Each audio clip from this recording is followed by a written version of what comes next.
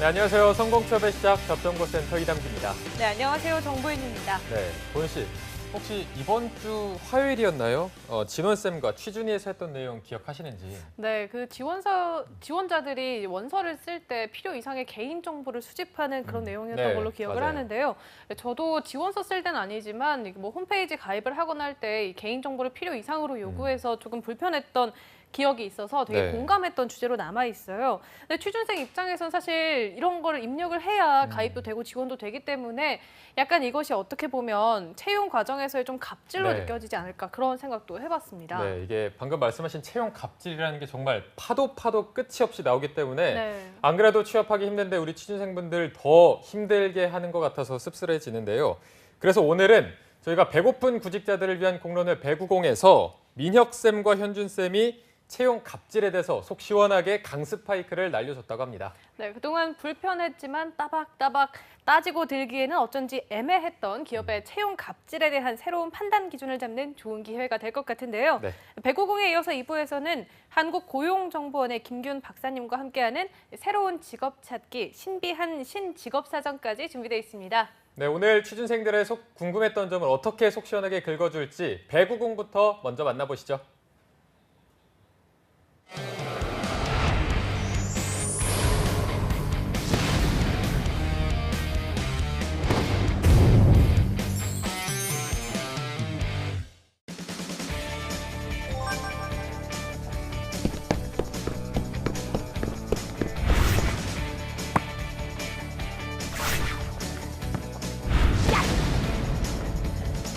대한민국 구직자들이 모두 성공 취업하는 그날까지 성공 취업의 핵 꿀팁만을 전해줄 배구 여신 유혜인입니다. 이번 경기가 펼쳐질 곳은요, 조금 독특한 곳을 찾아와 봤습니다. 어떤 곳인지 궁금하시죠? 지금 바로 경기 시작합니다. 청년 창업가들의 꿈을 키우고 실현시키는 서울숲 언더스탠드 애비뉴. 청년들에게 원스톱 통합 솔루션을 제공하며 누구나 자유로이 이용 가능한 언더스탠드 애비뉴 일자리 카페는 어떤 곳일까요? 성동구에서는 3개의 청년 일자리 카페를 운영하고 있는데요. 여기 서울숲 언더스탠드 애비뉴도 그 중에 하나입니다. 그래서 여기 1층에는 서울시의 그 일자리 정보를 실시간으로 제공하는 일자리 키오스크가 있고요. 그리고 곳곳에 창업, 취업, 그리고 인문학, 자기개발 서적이 비치되어 있어서 자유로운 분위기에서 커피도 마시고 책도 읽고 토론도 하면서 미래를 준비할 수 있는 공간으로 꾸며져 있습니다. 그리고 2층에는 보다 좀 조용한 분위기에서 스터디 모임이나 회의를 할 수 있는 스터디룸이 있고요. 그리고 다양한 취업 교육을 할 수 있는 취업 지원 교육장이 준비되어 있습니다. 혁신적인 창업 창직 플랫폼 언더스탠드 애비뉴 일자리 카페. 이용 방법은 어떻게 되나요? 여기를 이용하기 위해서는 서울시 일자리 포털이라는 홈페이지로 접속하셔서 들어오시면 되고요. 회원 가입을 하신 다음에 그다음에 이제 청년이면 누구나 이용하실 수 있습니다. 잡정보센터와 서울숲 언더스탠드 애비뉴가 취준생 여러분의 성공 취업을 응원합니다. 성공 취업의 그날까지 고고! 아, 진짜 못하겠다.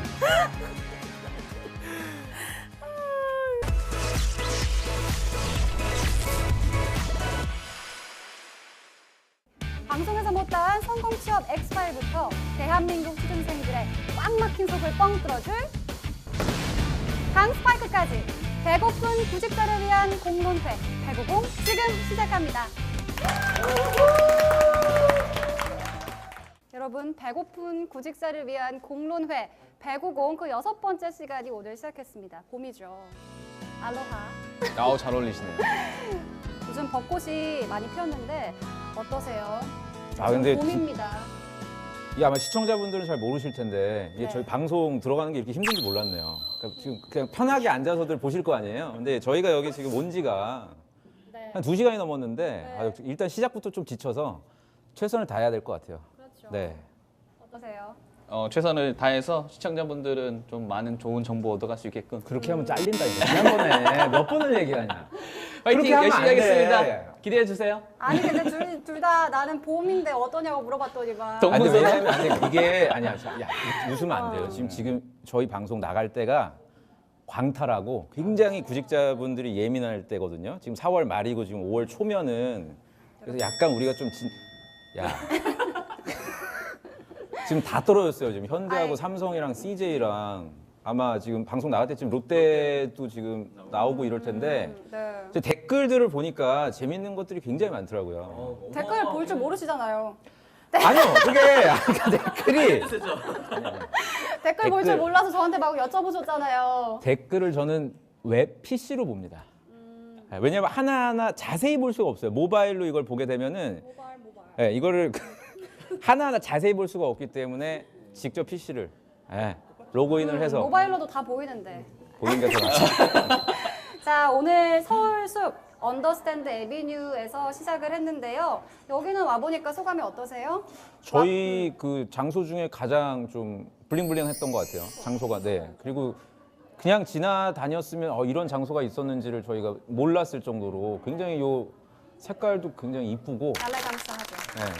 청년분들이 많이 와서 좀 혜택을 누렸으면 좋겠습니다. 아, 여기 저 왔을 때 깜짝 놀랐어요. 저는 이게 처음 왔는데 여기에 장소 이름만 보고 에비뉴가 있길래 뭐 해외 같은 느낌이 물씬 나서 실제 와보니까 그러기도 하고 그래서 저는 배구공이 드디어 엄청나게 성공했구나, 붐이 일었구나, 비싼 장소를 비행했구나 했는데 신한은행이랑 고용노동부랑 해서 또 좋은 의미로 만든 장소더라고요. 그래서 학생분들이 많이 이용하면 좋겠고 또 보니까 민혁쌤 책도 있어서 민혁쌤이 그러니까요.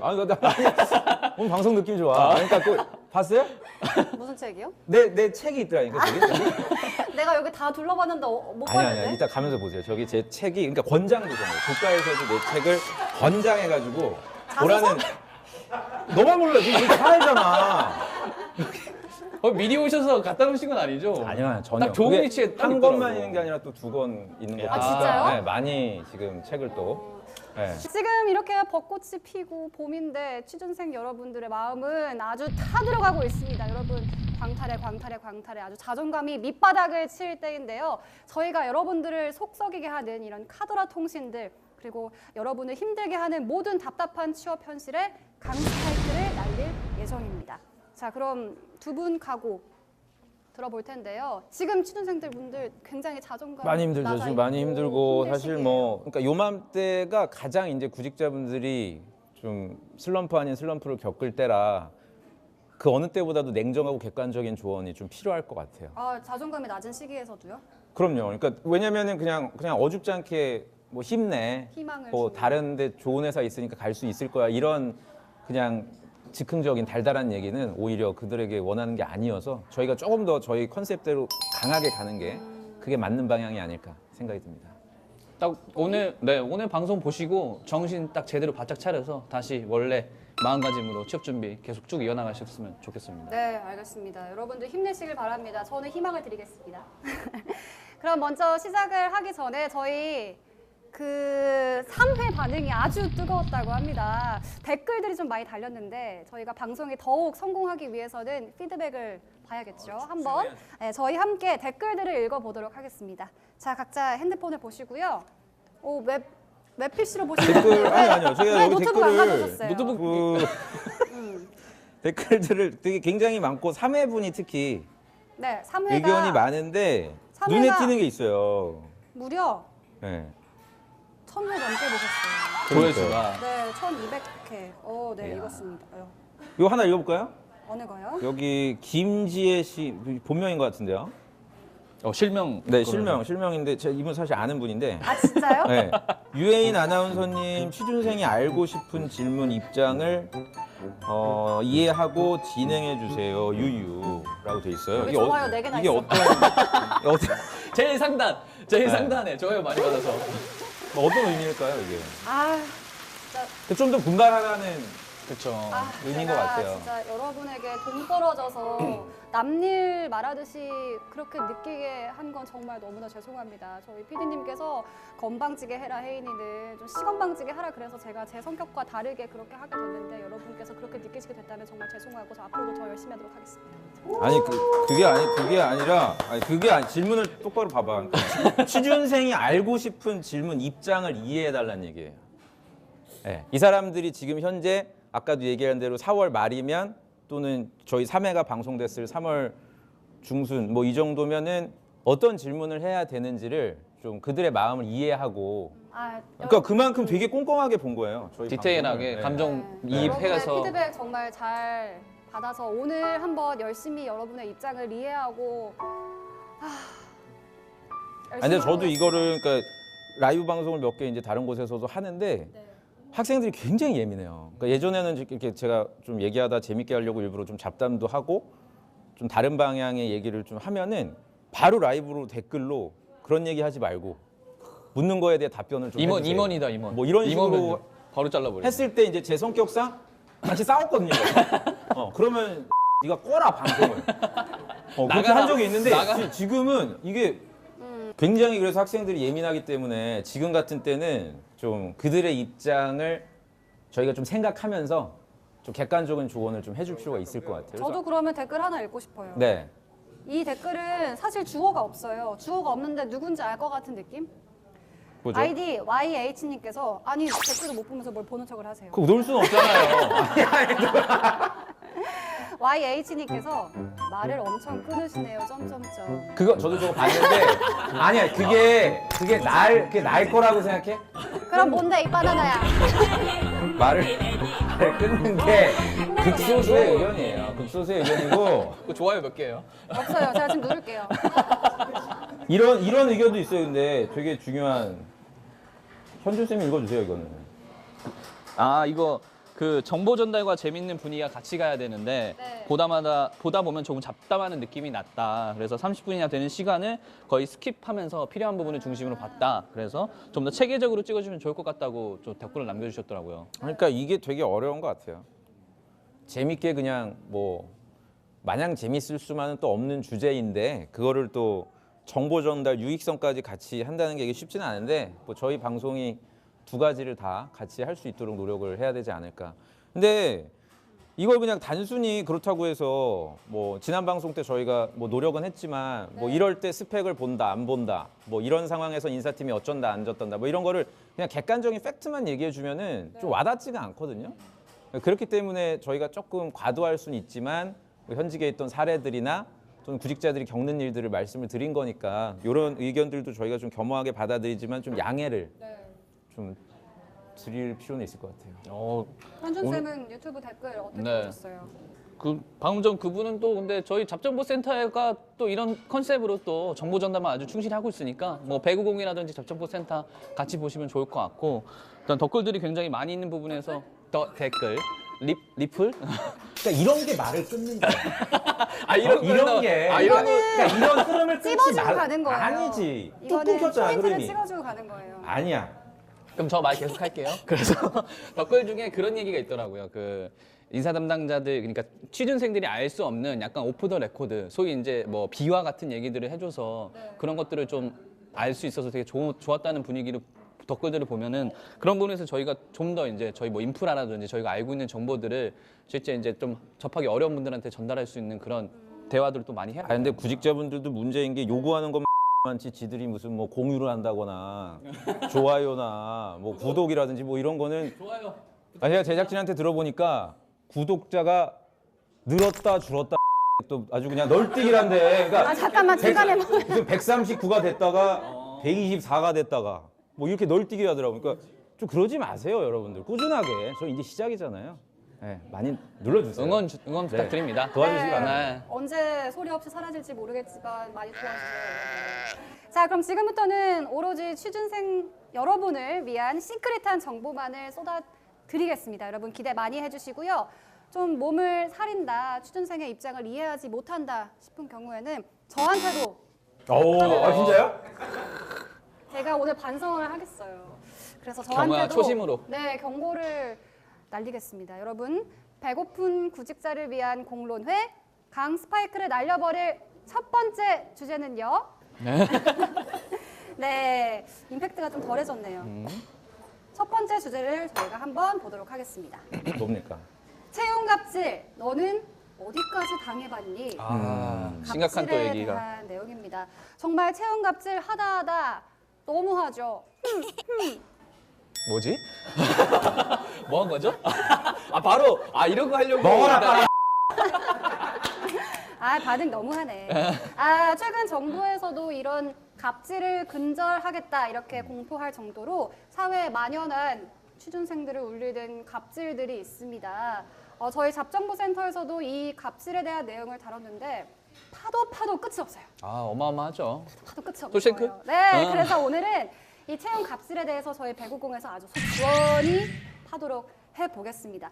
두 분은 일단 취업 컨설턴트잖아요. 그래서 채용 갑질 이런 얘기를 많이 들으셨을 것 같아요. 그 채용 갑질 일단 갑질이 뭔지를 우리가 생각을 해봐야 되고요. 네. 사실 뭐 이 얘기를 하기에 앞서서 네. 오늘 이제 사연들이 제가 이거를 받은 거예요, 조사를. 저희 그 단톡방이 있잖아요. 네. 제가 말씀드렸죠. 사연을 좀 조사를 하자. 사연 뭐 조사한 거 있어요, 두 분? 제가 이거 좀 보니까 제 주변에 있는, 그러니까 방송을 좀 더 우리가 열심히 해야 됩니다. 네, 그러니까 조금 더 좀 적극적으로 우리가 노력을 혼나러 온 것 해서 같아 오늘. 네, 좀 참여를 좀 유도해야 될 것 같고요.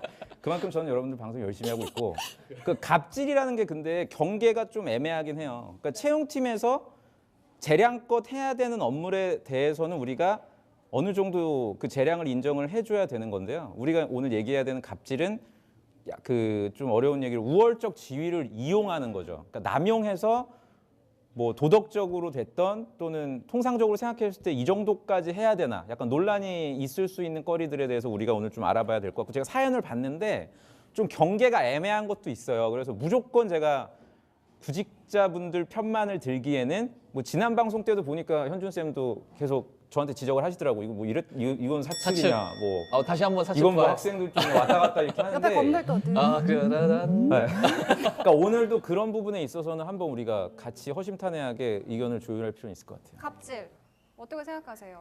단순해 보면은 지금 공급 수요 법칙이 무너졌으니까, 그러니까 회사가 되게 유리한 룰을 가지고 있죠. 회사는 네. 넘쳐나는 지원자들에서 골라내면 되는 거니까 네. 그런 부분에서 되게 만연하게 갑질이라고 의식 안 하는데 갑질 행태를 하는 것들이 되게 많더라고요. 그래서 많죠. 그런 것들을 좀 이 방송을 또 인사 담당자 분들이라든지 제가 조사해보니까 본다고 하시더라고요. 그래서 이 방송을 보시고 본대요? 회사분들- 본대요? 네, 제가 피드백 받으니까 본다고 해서 이 방송을 보고 그런 부분에서 좀 개선을 각성을 하셨으면 좋겠습니다. 그래서 제가 오늘 여기서 대기를 하면서 딱 하고 싶은 말들의 책들을 몇 개를 골라봤어요. 오늘 갑질에 대해서 저는 이 책을 한번 아, 이게 왜 아, 나 좀 있나 뭔가 했는데. 했네. 아, 저 보세요. 좌우는 있어도 위아래는 없다. 여러분. 좌우가 뭐죠? 정치인가요? 아 좌우는 모르겠고 여러분 위아래는 없습니다. 뭐지? 그렇구나. 아, 좌우는 있어도 위아래는 적절하다, 없다. 적절하다. 적절했나요? 이게 본인한테 유리하다고 지금 판단하고 지금 보여주는 겁니까? 북유럽 아니요? 탐험이네, 책은 아, 또. 북유럽을 탐험했대. 아 죄송합니다. 그러니까 평등하다. 이거 평등하다. 몸을 사려! 아니, 평등하다는 얘기야. 구직자와 그렇죠. 위아래가 없다는 거죠, 사실. 아니 회사도 사실 사람이 필요해서 뽑으려는 거고. 아니, 그건 근데 잘못된 얘기지. 그거는 위아래가 없으려면은 경력 사원이어야지 네가. 네, 경력 사원이면은 사실 회사가 굉장히 굽신굽신해요. 제가 경력 사원 예전에 채용할 때도 LG전자에서 어차피 이거 편집될 텐데. 아니 절대 편집 안 해. 절대 그런 거 편집 안 해. 그런 거지. 그러니까 제가 예전에 경력 사원 채용할 때도 면접 일정을 조율을 하려고 하더라고요.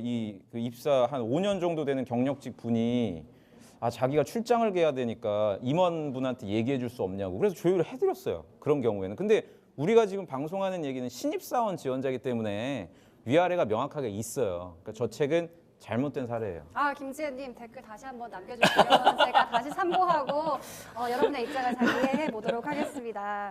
오늘 취준생의 인권위원회 같은 입장으로 저희가 여러분들의 사연을 한번 읽어보도록 하겠습니다. 자 그럼 첫 번째 사연 들어가겠습니다. 우리은행의 채용 갑질입니다. 다름이 아니라 채용 갑질에 대한 내용을 다루신다 하여 꼭 알려드릴 것 같아 사연을 보냅니다. 현재 우리은행에 채용 공고가 떠 있는 상태인데요. IT 디지털 직군으로 채용 당시에는 신입 때 은행 지점 근무를 한다고 명시돼 있습니다. 하지만 재작년부터 이 채용된 인원 중 10명 이내 극소수 인원만이 IT 디지털 업무를 수행하고 있고요. 인사팀의 통신에 따르면 전환되기 힘들 것 같다는 말이 나오고 있습니다. 그래서 대부분 IT 디지털 직군 행원들의 미래가 갑자기 불투명해진 그런 상태가 되었는데요. 우리은행 IT 직군에 응시하려는 이런 취준생들이 부디 이런 상황을 잘 알아서 어려운 관문을 뚫고 입사한 기호는 허탈함과 농락당한 기분을 느끼지 않았으면 합니다. 아, 이거 참 비통하다, 비통해. 이럴 거면 진짜 왜 그 직종으로 뽑은 거죠? 그 직무로?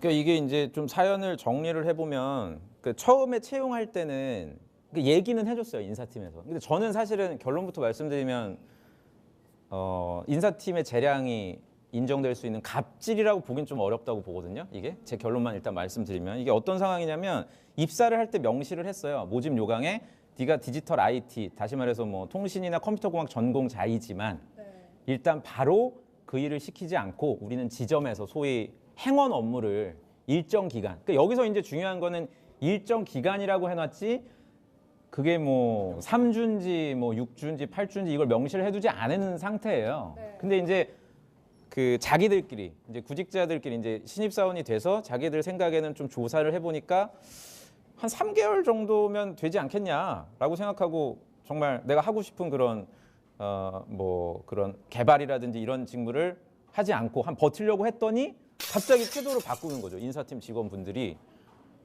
제가 사실 이 학생은 아는 분인데 그렇게까지 지금 뭐 여기 사연에는 드러나지 않았지만 그렇게까지 얘기를 했대요. 그냥 너는 행원이 더 적성에 맞는 것 같다고. 너는 컴퓨터공학 전공자지만 그거 네가 몰라서 그러는데 네가 더 행원이 더 맞을 수도 있으니까 군소리하지 말고 그냥 해라. 아니 그냥 무당 이럴 같은데? 뉘앙스로. 무당인데? 그러니까 요걸 우리가 좀 얘기를 해봐야 될 것 같아요. 그러니까 명시하지는 않았지만 일단 입사를 하고 나서 인사팀에서 태도를 바꾼 부분에 대해서 과연 이거를 그러니까 이분 같은 경우에는 정말 자기가 너무 억울하니까. 네. 그리고 이분은 또 이 직장이 지금 두 번째 직장이거든요. 네. 다른 뭐 그룹에 다니다가 SK 그룹에 다니다가 지금 이직을 한 케이스라. 은행 어디 있어요? 저 주은행, 주거래은행. 신한은행. 신항. 네. 저는 국민. 은행을 쓰는데 네. 이 은행이 되게 서비스가 개판이에요. 지난번에 구정 때도 그때 중단한다고 해가지고 제가 나름대로 이제 뭐 현찰도 좀 찾아놓고 세뱃돈 줘야 되니까. 아, 네. 훈훈하다. 그리고 현찰 이렇게 찾아놓고 했는데 갑자기 또 문자가 와서 예정대로 다시 서비스를 진행합니다. 굉장히 큰 어떻게 보면은 회사 내 그 뭡니까 IT 시스템을 바꾸는 건데 다시 이걸 또 갈아엎는. 그러니까 IT적으로 좀 문제가 많은 상태여서 좀 체계가 좀 불분명한 것 같아요. 그러니까 이런 상황에서 아마 좀 큰 기대를 가지고 입사한 신입사원 같은 경우에 실망을 할 법하긴 하죠. 그 우리은행만의 얘기일까요? 이 IT 디지털 직군으로 취업하길 바라는 취준생들 사이에서는 은행권이 되게 꿈 같은 존재일 텐데 우리은행뿐만일까요? 어떻게 보세요? 그래서 그 이번에도 이제 우리은행이 좀 많이 뽑더라고요. 얼마 전에 이제 채용 공고가 떴는데 보니까 IT 직군이랑 디지털 직군이 똑같이 000명을 뽑고 일반 행원은 000명을 뽑는데 똑같이 조건 단서가 달려 있어요. IT나 디지털 같은 경우는 일반 행원 근무를 하다가 적정 시기에 옮겨진다. 적정 시기. 예, 근데 그 적정 시기가 명확하게 명시가 안 됐었고. 근데 또 하나 이것도 중요한 부분인데 경력직 채용을 또 해요.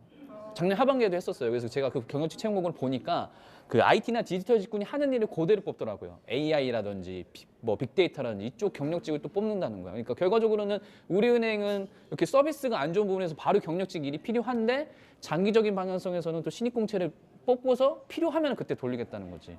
그러니까 어떻게 보면 좀 야같죠, 사실. 그러니까 이게 바로 이제 규모의 갑질이죠. 아니, 근데, 어떻게 보면. 근데 이거 갑질이라고 생각해요? 현준 쌤? 아, 저는 갑질. 왜냐면 저는 인권위원회 간사기 때문에 항상 우리 학생층의 편에 섭니다. 그 무슨 맥락이 없어. 그러니까 아니 뭐 근거가 있어야 될 거 아니에요. 근거? 그러니까 아니 왜냐면은 예를 들어서 저는 이건 갑질이라고 보기가 어려워요. 이거는 왜냐면은 고유의 권한이잖아요. 사실 직무 배치를 시키는 거는 인사팀에서 가지고 있는 고유의 권한인데 물론 뭐 감정적으로야 짜증난다 인사팀의 말을 받고 할 수 있는데 그렇지라고 하지 그 마세요. 마저도 반박할 거면 끝까지 하세요. 아니야, 나 있어. 나 있어. 예를 들어서 그럼 영업사원인데 내가 담당하고 있는 지역에 A라는 제품을 내가 팔 수 있는 권한이 있단 말이에요. 예를 들어서 얼마 전에 지금 채용이 끝난 하이트 진로다. 내가 만약에 어디 성북구 지역에 몇 개 영업 관리자다. 그럼 내가 여기다가 뭐 참나무통 소주를 넣을지 하이트 맥주를 더 넣을지 이건 내 고유의 권한이란 말이에요. 근데 그 부분에 대해서 만약에 옆에 있는 다른 팀원, 다른 상권을 담당하고 있는 그 팀원이 너는 왜 거기에 이번에 신제품을 안 넣었어? 라고 하는 거 월권이에요, 명확하게. 직무적으로 그렇게 하면 안 되는 거거든요. 그러니까 물론 기분은 더럽고 짜증날 수는 있는데 이거는 사실 구직자분들이 어쩔 수 없는 태생적인 한계라고 저는 봐요. 신입사원. 왜냐하면 나도 이런 갑질 되게 많이 했거든. 그래서 저도 네, 사실 실제로 예전에 제가 어. 그 방송 때도 말씀을 네. 드렸지만 근데 그거는 그렇게 할 수밖에 없어요. 구조적으로. 네. 물론. 그러니까 이분 같은 경우에는 저는 본인이 이거를 갖다가 참 너무 좀 부당하다고 느끼면 네. 그 루트가 있어요. 인사팀에 건의할 수 있는. 그러니까 저는 적절한 그 절차를 거쳐서 인사팀에 면담을 신청한다라든지 본인이 노력. 왜냐면 그거 불이익이 오면 어떻게 해요? 그때 판단을 해야죠. 그러니까 내가 권리 행사를 안 한 상태에서 예를 들어서 내가 선거를 안 했어요. 예를 들어. 그래놓고는 왜 정부가 뭐 하는 거냐 이러면은 그건 국민이 문제지. 근데 내가 합법적으로 권리를 행사했는데도 나라가 잘못되고 있다. 보복이 두려운 거죠, 근데 사실. 무슨 보복이 있어요? 그런 직장에 인사팀- 굳이 내가 다닐 이유가 뭐가 있어요? 내가 적법한 돈 절차를 벌어야 되니까. 아니 그러니까 돈을 벌어야 되니까. 돈을 버는데 왜 꼭 그러면 내 어떤 그런 그 요구 사항을 들어주지 않는 그런 집단에서 할 필요는 저는 없다는 얘기죠. 그리고 일반적으로 그런 절차를 거치면 인사팀에서는 가급적이면 수용을 해주려고 합니다. 네. 저도 수용을 해준 적이 있고요. 물론 그렇게 수용하고 뭐 다른 또 불이익을 있었을 것 같아. 뭐 한번 날린 적은 있는데 그런데 그러니까 저는 솔직해서 좋다. 아. 솔직해서 좋다. 이사연 이거는. 같은 경우에는 충분히 마음속으로는 제가 공감할 수는 있으나 이거를 인사팀의 갑질이라고 보기에는 좀 한계가 있지 않나. 어떻게 받아들일지 댓글 한번 남겨주시길 바랍니다. 이거 피반하면 문제인데, 그러면. 직무마저도 인사팀의 권한으로서 인정을 안 해주면 마치 지금 뭐 검찰하고 경찰하고 뭐 기소권 가지고 싸우는 것처럼 마지막 남은 이 권한이에요. 인사팀에서 할 수 있는 직원을 평가하고 채용하고 직무 배치까지도 왜 우리 마음대로 못 해주냐고 하면은 그럼 인사팀이 없어야지 뭐 사실. 네. 그러니까 그 부분은 우리 구직자 여러분들이 힘을 키우는 수밖에 없어요. 내가. 무슨 어떻게 그러니까 예를 들어서 이런 거죠. 그러니까 입사했을 때는 내가 개발 업무가 너무 하고 싶었지만 무슨 이유가 됐든 너는 그럼 행원 업무를 해라. 그럼 하는 거야 그냥. 한 2년 정도. 겁나 힘들게 성과를 내서. 그래서 얘는 진짜 행원으로서도 업무 역할을 굉장히 잘하네. 얘는 꼭 필요한 사람이야라는 게 검증이 되고 그때 얘기하는 거지. 이제 저는 숟가락 꺼내는 거지. 또다시 꺼내서 이제 저는 개발 업무를 시켜주세요. 이게 3번쯤 달고 있는 것 같아요. 왜냐면 저도 인사팀에 입사했을 때 인사팀 원하지 않았는데 그냥 했어요. 그 다음에 나중에 건의를 하니까 그 다음 들어주더라고요. 다른 직무를 한다고 했을 때. 그러니까 우리 구직자분들도 시간이 많이 없기 때문에 그냥 이거 싫어서 또 다른 데 직장 이직하고 또 이거 싫어서 또 이직하면은 질량의 법칙이라고 있잖아요. 어디 가나 똑같은 내가 싫어하는 건 존재할 수밖에 없다는 얘기예요. 네. 저는 좀 다른 의미로 보면은 이 배구공이 더 유명해져야 된다고 봐요. 그러니까 더 많은 분들이 시청하고 댓글도 많이 달려서 결과적으로 공론화가 돼야 되거든요. 이번에 그 강원랜드 채용 비리가 돼서 결과적으로 한 250명 정도 되는 사람이 일시적으로 바로 소위 이제 잘렸죠. 그리고 기존에 불이익을 받았던 분들이 바로 즉시 채용이 됐고, 물론 이제 그분들이 또 데모를 하고 있어서 좀 문제가 이슈 있긴 한데 결과적으로 그것도 뭐 청문회라든지 공론회 이렇게 공론화 작업을 거쳤거든요. 그러니까 취준생분들이 집단화돼서 자기들의 목소리 한 군데 모여가지고 그걸 발설을 해주셔야 돼요. 그런 거에 대한 통로를 이 배구경에서 해주시면 됩니다. 배구공. 배구경이 아니라 배구공. 네. 그러면 이제 IT 직무 친구들, 은행권을 희망하는 그런 친구들에게 해줄 현실적인 배구 공반의 조언이 있다면 뭐가 있을까요? 뭐 근데 전 IT 쪽 희망하는데 왜 굳이 은행에 가시려고 그러세요? 네, IT 쪽은 이제 게임 회사라든지 SI 업체라든지 이런 게 있으니까 정말 IT 분야에 가서 IT 업무를 하실 생각을 해야지. 지금 이번에도 보면 어떤 친구가 저한테 현대 오토에버 갈지, 현대 모비스에서 소프트웨어를 전공한 그 직무를 수행할지 당연히 오토에버 가는 게 맞아요. 사실 자기 색깔을 찾아서 IT 전공자면 IT 업계로 판교 쪽으로 가는 게 맞다. 굳이 은행권을 갈 이유가 있겠냐 이렇게 말씀을 드리고 싶어요. 현실적인 조언은? 현실적인 조언은 장기적으로 봐야죠, 사실. 버텨라. 버텨서 진짜 그 금융권에서 IT 업무를 하고 싶다고 하면은 단순하게 뭐 이분이 정말 그런 건 아니겠지만 대부분의 은행권의 IT 업종으로 가시고자 하는 분들은 이제 IT 쪽에 금융권에서 수요가 많아지기 때문에 가는 것들도 굉장히 커요. 왜냐면은 비대면 채널을 그러니까 비대면 채널을 늘리고 대면 채널을 없애면서 뭐 챗봇이라든지 그런 AI 시스템을 도입하니까 많이 뽑을 수밖에 없고, 그러니까 많이 뽑는다니까 그러면 이쪽으로 가야겠다. 근데 사실 이 부분에서는 본인이 명확하게 판단을 해야죠. 내가 진짜 하고 싶은 산업군에 들어가서 IT 업무를 할지, 아니면은 그게 아니더라도 난 일단 확률적으로 접근하려고 하는 건지. 그래서 후자를 선택했다고 하면은 장기적으로 본인이 버텨서 하던가. 해야죠. 아, 좋은 말. 가자. 그래서 예전에 물어보고 싶었던 사례가 사실 그 포스코에서도 한번 그 광양이라든지 포항에 이제 그 공장이 있으니까 그때 신입사원들한테 일정 부분 현장 근무 체험을 위해서 그쪽 지역에서 본 일을 할 수 있다. 근데 기간에 명시는 안 했어요. 기간에. 근데 알고 보니까 어떤 지원자가 가서 보니까 인사팀에서 3년 동안 있어야 된다고 해버렸더라고요. 그래서 그 친구가 이제 한번 사연 올렸던 적이 있거든요. 혹시 그때 계셨나요? 그때 당연히 있었고 그건 되게 같은 애죠, 걔가. 예를 들어서 포스코 지금 한참 아마 채용 거의 마무리됐을 텐데 현장에도 그런 근무할 생각도 왜냐면 포스코는 본사가 어딘지 알아요? 포항? 정답. 네, 보통 사람들이 서울로 생각해요. 포스코 본사를 대치동에. 거기는 이제 나같이 잘난 사람들이 가지. 네. 그러니까 본사 같은 경우는 좀 이럴 때 끊어주면 안 돼. 차라리 날 죽여줘. 그냥 그러려니 아니, 그러니까 본사에 가는 게 되게 당연하다고 인사팀에선 생각을 해서 그게 뭐 물론 정해놓은 게 이제 3년이지만 그 전에 다 서울 근무 시켜줘요. 근데 그걸 갖다가 뭐 왜 미리 통보를 안 했냐? 그거는 이제 회사 차원에서 직원을 교육시키고 좀 발전시키기 위한 게 현장 근무 시키는 게 맞다고 판단해서 그런 거거든요. 그래서 이게 되게 아다르고 어다른 건데 사실 이걸 해결하는 가장 단순한 방법이 있어요. 공고에 명시를 해주면 돼요. 명시를 해줘서 취준생이 선택권을 주면 되지. 그러면은 내가 지원할 거냐 안 지원할 거냐. 그거는 말이 될 수가 없는 게. 그러면은 예를 들어서 그렇게 명시를 하잖아요. 엄청난 사측인데 오늘? 아니 이것만큼 내가 난 객관적으로 얘기하는 거야. 만약에 그걸 명시를 하잖아요. 그럼 이 친구들 지원할 것 같아요?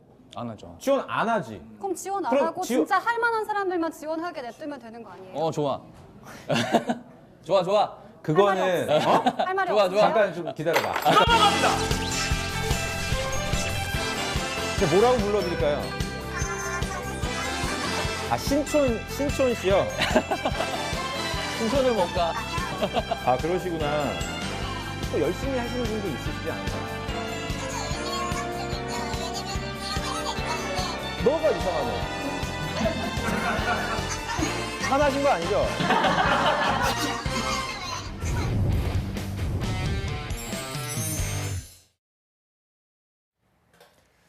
네, 배고픈 구직자들을 위한 공론회 배구공 재밌게 보셨나요? 오늘은 채용 갑질에 대해서 이야기해봤는데 특히 혜인 MC, 민혁쌤, 현준쌤이 그동안의 방송을 조금 돌아보면서 조금 더 반성하고 더 열심히 하겠다 이런 다짐도 하기도 했습니다. 저희가 항상 여러분들한테 열려 있으니까 저희 배구공 많이 봐주시고 저희 유튜브로 들어오시면 영상이 항상 올라와 있습니다. 여기에 여러분들의 솔직한 의견 댓글로 달아주시면 저희가 다 보고 있으니까 마음껏 가감 없이 달아주시면 감사하겠습니다. 네. 혹시 채용 갑질에 대해서는 좀 어떻게 보셨어요? 채용 갑질 오늘은 아직 그렇게 속 시원한 얘기가 나온 것 같진 않아서 다음 주를 좀 더 기대해봐야 되지 않나. 보현 씨는 어떻게 보셨나요? 저도 사실 채용 갑질이라는 걸 보면서 이게 참 절박한 상황인데 이게 절박하다 보니까 더더욱 아무 말 못하게 되잖아요. 그쵸. 그러다 보니까 되게 억울하고 참 답답하겠다. 좀 공감이 많이 되더라고요. 다음 주에 이제 실제 피해자의 사례도 나온다고 하니까 네네. 그만큼 다음 주 배구공도 더 기대가 됩니다. 주제가 주제인 만큼 꽉 막힌 우리 취준생들의 속을 사이다처럼 뻥 뚫어줄 다음 주 배구공도 많이 기대해 주세요. 네, 잡정보센터 1부에서 준비한 소식은 여기까지고요.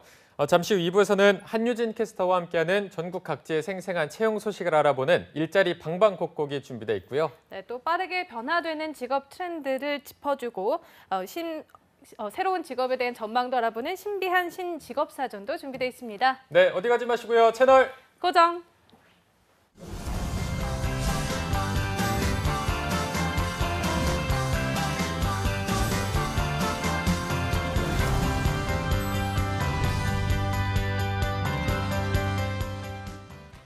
든든한 생활 시작해볼까요?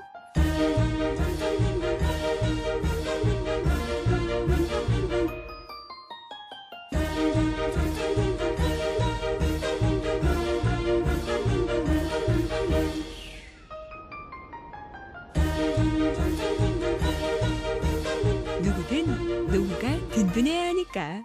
개인형 퇴직연금 IRP 최대 연 700만 원까지 새 공제 혜택을 받으세요. 든든한 세제 혜택에서 든든한 노후생활까지 개인형 퇴직연금 IRP가 여러분을 응원합니다. 한국 직업 방송을 보면 취업이 보입니다.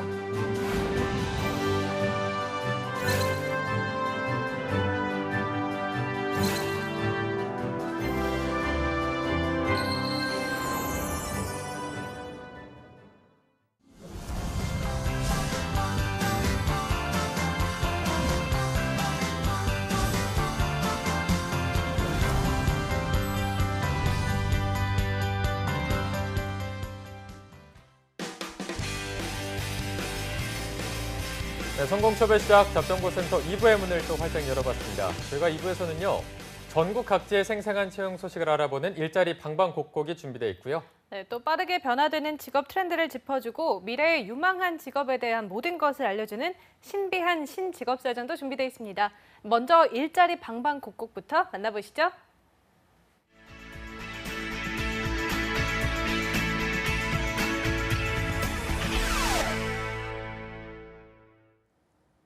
네, 매일 전국 각지의 생생한 채용 소식을 알아보는 일자리 방방곡곡. 오늘은 경기도로 먼저 연결해 보겠습니다. 이천 고용복지 플러스 센터의 이혜진 주무관님, 안녕하세요. 네, 안녕하세요. 이천 고용복지 플러스 센터 이혜진입니다. 네, 주무관님 첫 번째 일자리 소식 전해주시죠. 네, 이번 주 소개해드릴 사업장은 이천시 백사면 지음로에 위치한 표면 가공 목재 등 제재목 제조업체인 주식회사 세성 홈스토리입니다. 이번에 생산관리 및 공정관리 업무를 담당할 생산품질관리사무원 1명을 모집합니다. 학력은 초대졸 이상으로 경력은 무관합니다. 주 5일 근무로 근무 시간은 오전 8시부터 오후 6시까지이고 급여는 연봉 2,400만 원에서 3,200만 원으로 면접 후 결정한다고 합니다. 컴퓨터 활용이 능숙한 인근 거주자를 우대한다고 합니다. 접수 마감은 채용 시까지로 이력서, 자기소개서, 경력증명서를 방문, 텍스트, 이메일 등으로 접수한다고 하니 자세한 사항은 워크넷 채용 정보를 확인하시기 바랍니다. 네, 생산품질관리사무원 1명을 채용할 예정이라고 합니다. 구직자 여러분들의 많은 지원 바랍니다. 주무관님 바로 다음 소식도 전해주시죠.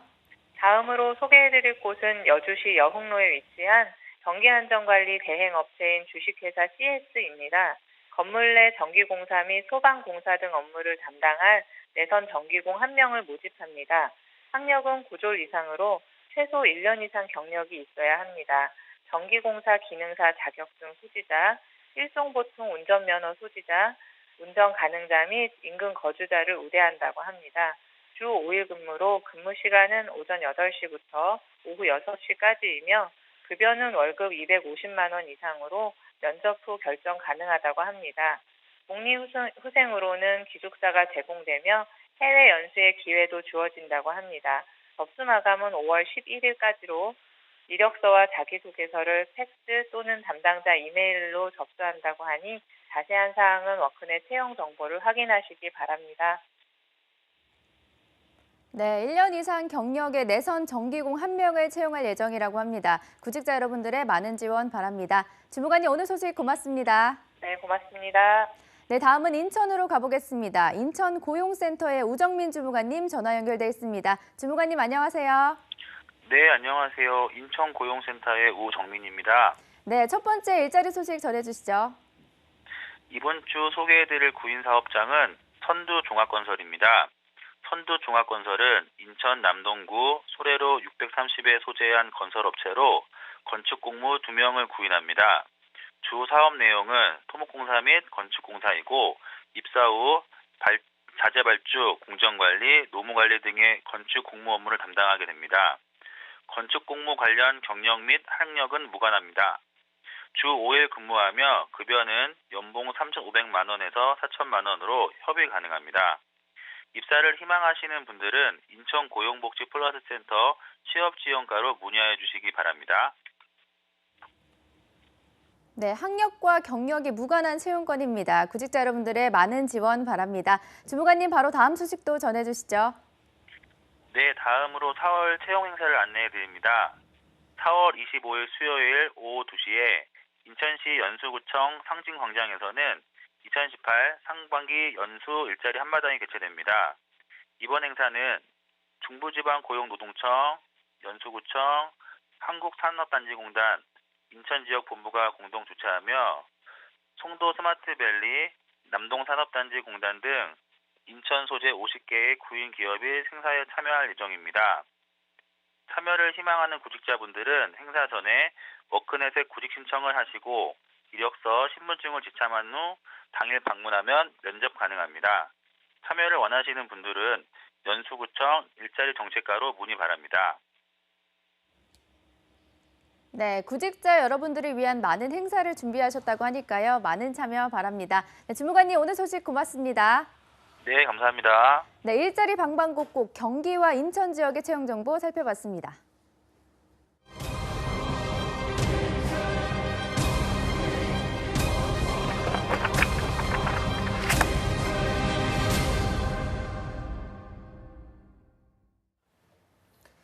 네, 내가 원하는 일 그리고 해보고 싶은 일이 굉장히 많아서 또 여러 직업에 도전하는 취준생분들이 많아지고 있는데요.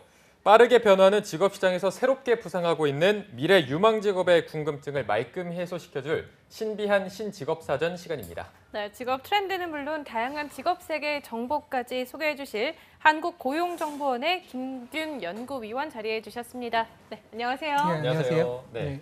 자, 저희가 보니까 한국고용정보원 이게 충북에 있던데 그러면 오늘 같은 날은 생방송 시간에 맞춰서 거기서 바로 출근하시는 건가요? 네, 매주 충북 음성에서 오고 있고요. 덕분에 서울 구경도 계속 할 수 있고 그리고 저희들이 만들어내고 있는 직업 정보를 여러분들에게 방송을 통해서 전달할 수 있다는 면에서 나름 보람을 느끼고 있습니다. 네. 음성에서 여기까지는 얼마나 걸리나요? 1시간 조금 넘게 걸려서 뭐 그렇게 먼 거리는 아닙니다. 매번 굉장히 좀 수고를 많이 해주시는데요. 네. 아마 취준생 여러분께 박사님께서 소개해 주신 정보가 정말 많이 도움이 될 것 같습니다. 어느덧 6번째 시간인데 오늘 추천해 주실 미래 유망 직업은 어떤 건가요? 네, 여행을 다니시다 보면 기상 악화로 인해서 항공편이 결항이 되거나 지연이 되는 경우가 있습니다. 네. 그만큼 예민할 만도 한 것이 만약에 사고가 발생을 한다면 도로 위에서의 교통사고에 비해서 엄청나게 큰 인명피해를 초래할 수 있기 때문인 거죠. 비행기가 처음 이륙할 때 3분, 그다음에 착륙할 때 8분, 이때 가장 많은 사고가 발생한다고 합니다. 네. 그래서 이때를 마의 11분이라고 칭호를 하는데요. 네. 이러한 마의 11분을 관리하시는 분들이 있습니다. 공항 주위에서 유일하게 높은 건물인 관제탑에서 이 모든 것을 안전하게 그리고 책임지고 관리하시는 분들, 그런 분들을 항공교통 관제사라고 부르고요. 네. 오늘 제가 소개해드릴 직업이 바로 이 항공교통 관제사입니다. 네. 오늘 소개해 주신 항공교통 관제사가 그렇게 많이 알고 있는 직업도 아닌 것 같고 정보도 조금 생소한 것 같은데 오늘 이렇게 준비해 오신 이유가 있을 것 같아요. 네, 이남규 아나운서께서 말씀하신 대로 사실은 대중들에게 많이 알려진 직업은 아닙니다. 네. 그럼에도 불구하고 항공과 관련된 수요들이 급증하고 있고 따라서 이제 많은 분들이 이 직업의 향후 미래 전망은 어떨까 궁금해하실 것 같고요. 그리고 사실 이렇게 많이 알려지고 매력적인 직업 뒤에 숨겨진 어떤 애환들도 있습니다. 네. 그런 것들도 같이 나눌 수 있는 자리가 되었으면 하고요. 그래서 오늘 신비한 신직업사전을 통해서 항공교통 관제사란 어떤 직업인지 궁금한 점을 해소하는 시간이 되셨으면 합니다. 네. 네, 신비한 신직업사전 6번째 시간은 항공교통 관제사 이야기로 꾸며질 텐데요. 어떤 직업인지 먼저 영상으로 만나보시죠. 오늘은 항공지킴이, 항공교통관제사에 대해 알아봅니다. 이곳에서는 6,000피트 반경 약 9.3km 내 이착륙하거나 지나가는 모든 항공기를 관제하는데 바로 그 중심에 이분이 계십니다. 안녕하십니까. 저는 항공교통관제사 김선우입니다. 저는 지금 김포 관제탑장을 맡고 있습니다. 평범한 관제사로 출발해 관제탑장이 되기까지 그가 지켜본 항공기만도 수십만 대에 이른다는데요. 그는 왜 항공경찰이 되었을까요? 제가 군 복무를 공군에서 했는데요. 공군에서 관제특기를 부여받고 공군 베이스에 있는 관제시설에서 관제사로서 근무를 한 경력이 있었습니다. 그 경력이 직업을 선택하게 된 계기가 됐습니다. 항공기를 마지막까지 안전하게 이착륙을 시킨 거에 대한 어떤 성취감과 그런 자부심을 항상 갖고 있고요. 그리고 오늘 하루도 무사히 사고 없이 잘 유지를 했다라는 걸 항상 매일매일 자부심을 갖고 생활하고 있습니다. 항공기 사고는 엄청난 인명피해를 초래합니다. 때문에 항상 고도의 집중력과 긴장을 유지해야 하는 것이 관제사의 자세이기도 한데요. 쪽도 마찬가지고 김선우 팀장님도 예외는 아닙니다. 미세한 장애물도 자칫 사고를 일으킬 수 있기 때문에 레이더상에서 나타나지 않는 장애물까지 일일이 체크합니다. 무사고를 기원하며 매의 눈초리로 항공기를 바라보지만 때론 뜻하지 않은 기상이변 때문에 아찔한 순간도 있었다고 하는데요. 제 기억으로는 2006년 6월로 기억을 하고 있는데요. 그때 아시아나 항공기가 김포 입항 도중에 소위 벼락을 맞아서 기체 앞부분에 동체가 소실되고 레이더 돔이 떨어져 나간 사건이 있었습니다. 그때 그 조종사는 전혀 앞이 안 보이는 상황이었고요. 그때는 정말 그 김포공항에서 내리면서 이 항공기는 사고가 날 것 같다는 정말 불길한 생각이 들었었던 적이 있었습니다. 근데 다행히 레이더에서 근무 지원을 잘 해줬고 제가 그때 당시 팀장이었는데 조종사도 그 많은 기량을 발휘했고 우리 관제사들도 열심히 지원을 해서 정말 안전하게 기적적인 착륙을 이룬 적이 있었고요. 그때 정말 그 영화에서 본 것처럼 그 착륙을 하고 안전하게 이제 속도를 줄이고 나서 그 관제사들이 정말 소리를 질렀어요. 너무 기뻐서. 항공기 이착륙 시 잠깐이라도 한눈을 팔면 항공기들이 겹치거나 흐름이 꼬이기도 한다는데요. 아마 멈춰선 신호등에 차들이 움직이지 못하는 것을 생각하면 쉽겠죠? 이를 방지하기 위해 항공 관제사들은 항공기 간격을 최소화하면서 운항 허가를 내야 하기 때문에 고난이 집중력을 요하는 직업이기도 합니다. 자, 지금 어떤 내용을 전달하신 건가요? 아시아나 항공기로부터 착륙이 결정된 활주로에 착륙 허가를 주면서 바람 정보 및 기타 정보를 제공한 상황입니다.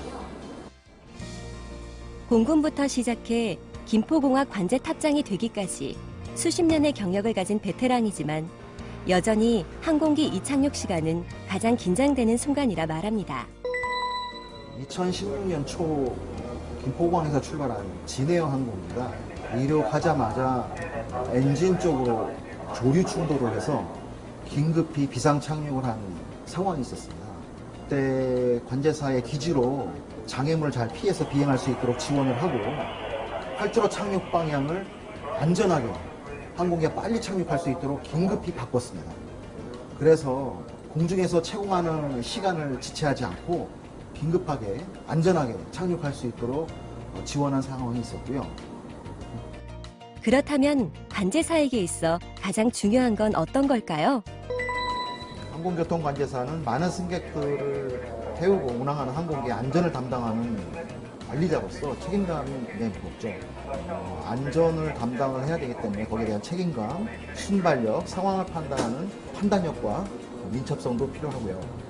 팀워크를 유지하기 위한 인간관계, 무엇보다도 항공기와 관제사와의 대화로 일이 진행이 되기 때문에 조종사와 대화하는 것, 즉 커뮤니케이션 능력이 대단히 중요합니다. 김포공항의 일평균 관제량 약 450여 대. 특히 관광객들이 몰려드는 연휴에는 1시간당 최대 35대의 항공기 이착륙을 관제한다는데요. 바쁘고 정신없는 일상이지만 김선우 탑장은 항공교통 관제사가 된 걸 후회하지 않습니다. 긴급한 상황이 벌어졌을 때 저희 경유 관제사가 열심히 지원을 해서 나중에 그 조종사로부터 고맙다라는 전화를 받았을 때 그때 정말 보람과 기쁨을 느끼죠. 아무튼 저희는 매일매일 아무 사고 없이 잘 임무 수행을 끝내는 것 자체가 정말 항상 보람되고 값진 직업이라는 생각을 하게 됩니다. 조종사들의 감사 한마디에 하루가 즐겁고 사고 없이 승객이 내리면 굉장히 뿌듯하다는 김선우 탑장님. 관제사를 꿈꾸는 친구들에게 응원의 메시지를 보내셨습니다. 여러분들도 꿈을 갖고 도전하신다면 모두 훌륭한 항공교통 관제사가 될 수 있습니다. 지금부터 준비하시고 열심히 노력하십시오. 모두 다 되실 수 있습니다. 화이팅! 미래 항공교통 관제사가 되기 위해 오늘도 밤낮 없이 수업하는 학생들이 있습니다. 이곳은 바로 항공기술훈련원입니다. 지금 현재 이곳에서는 항공교통관제사 양성과정이 지금 현재 운영되고 있습니다. 관제사가 되고자 하는 일반인들을 대상으로 해서 저기서 전문적인 교육을 시키고 있습니다. 이곳에서의 교육은 여러분들이 잘 아시는 공항 관제탑 또는 레이더를 이용해 하는 그 관제 업무를 교육생들에게 교육을 시켜서 이 친구들이 현업에 들어가 있을 때는 바로 관제탑에도 가서 근무를 하고 레이더 관제실에도 가서 근무할 수 있도록 그런 전문적인 교육들을 이곳에서 시키고 있는 겁니다. 비행기에 대한 전반적인 지식부터 항공기술 용어까지 한 문장이라도 놓치지 않기 위해 다들 열심인데요. 관제사가 되기 위해서 어떤 교육을 받아야 할까요? 관제 업무는 일반적으로 크게 세 가지로 나눕니다. 그 하나는 공항에서 이륙하고 착륙하는 항공기들을 관제하는 비행장 관제 업무가 있고요.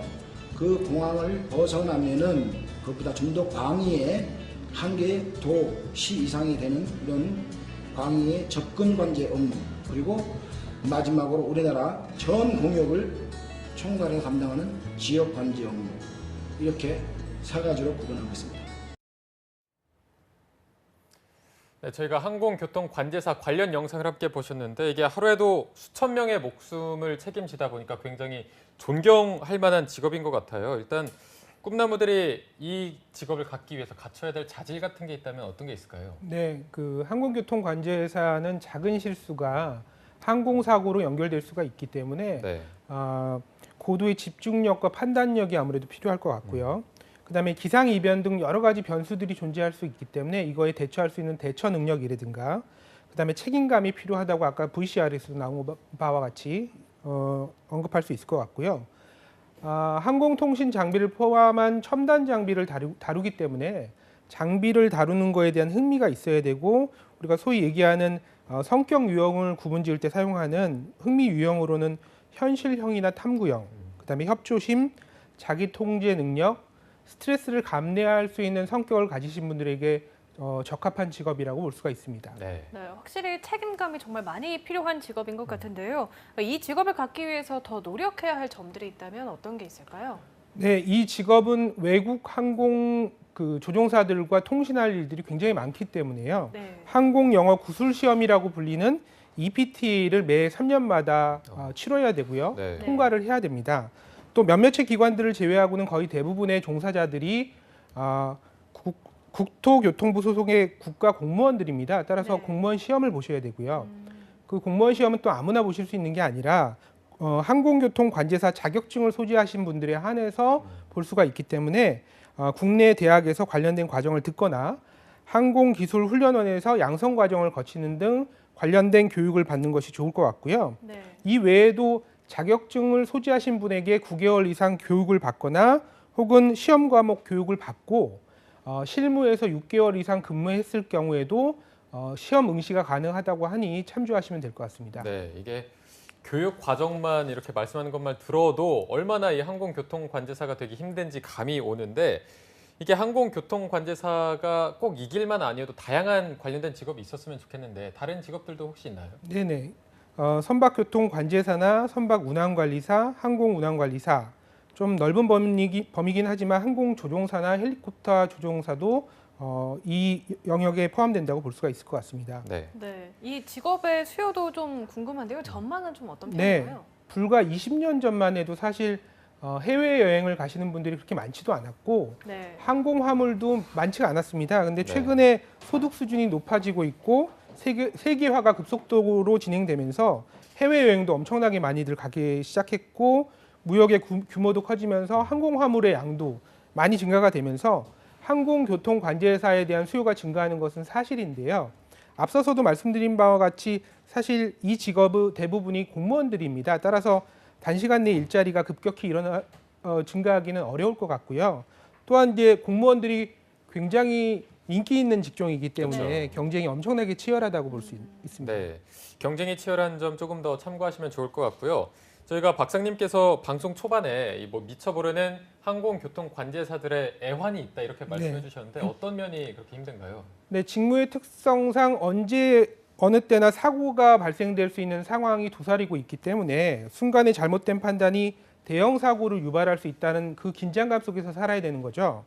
또 사고가 없는 것이 기본 중에 기본이기 때문에 난 기본을 잘하고 있다라고 해서 칭찬이나 어떤 인정을 받기는 쉽지가 않다는 겁니다. 네. 또한 이제 항공기가 맞춰진 시간대만 움직이는 게 아니고 밤새서 교대 근무를 해야 되는 부분, 이것도 큰 애환이라고 이야기할 수 있을 것 같네요. 네. 네, 확실히 저는 비행기를 타고 내릴 때 그냥 생각 없이 그냥 파일럿 정도만 생각을 했는데 이렇게 뒤에서 정말 많은 사람들이 이렇게 밤낮 없이 노력하고 있다는 사실을 좀 알게 된 것 같고요. 네. 이 직업에 대해서 좀 많은 분들이 좀 관심을 많이 가지시게 될 것 같은데 그분들에게 박사님께서 마지막으로 하고 싶은 말씀이 있다면 뭐가 있을까요? 네, 오늘 알아본 항공교통 관제사는 굉장히 멋있는 직업이기도 하고요. 또 많은 책임이 따르는 직업입니다. 때문에 스트레스도 많을 것 같고 또 지속적으로 자기 개발도 필요한 직업이라고 생각이 듭니다. 네. 따라서 직업을 선택하실 때 내가 가지고 있는 적성뿐만 아니라 이 직업을 통해서 얻어질 수 있는 만족도 그리고 그 직업이 가지는 향후의 비전 같은 것들을 고려해서 선택하시는 것이 본인의 미래를 위해서 도움이 될 거라고 생각을 하고요. 따라서 신직업사전을 포함한 잡정보센터를 열심히 시청을 하신다면 좋은 정보를 많이 획득하실 수 있고 여러분들 직업 선택에 큰 도움이 될 거라고 생각이 됩니다. 네, 저희 홍보까지 해주시고 감사한데요. 자, 오늘 신비한 신직업사전 항공교통관제사에 대해서 알아봤는데 우리 취준생분들이 직업을 탐구하는 데 조금이라도 도움이 됐기를 바라봅니다. 자, 오늘 함께해 주신 한국고용정보원의 김규현 박사님 고맙습니다. 네, 고맙습니다. 네, 오늘 금요 스페셜 특집으로 저희가 또 취준생들한테 조금이라도 도움이 되고 재미있게 보실 수 있도록 준비를 해봤는데요. 오늘 준비한 소식은 여기까지고요. 평안한 주말 보내시기 바랍니다. 네, 저희는 다음 주 월요일 오전 10시에 다시 웃는 모습으로 찾아뵙겠습니다. 시청해주신 여러분 고맙습니다. 고맙습니다.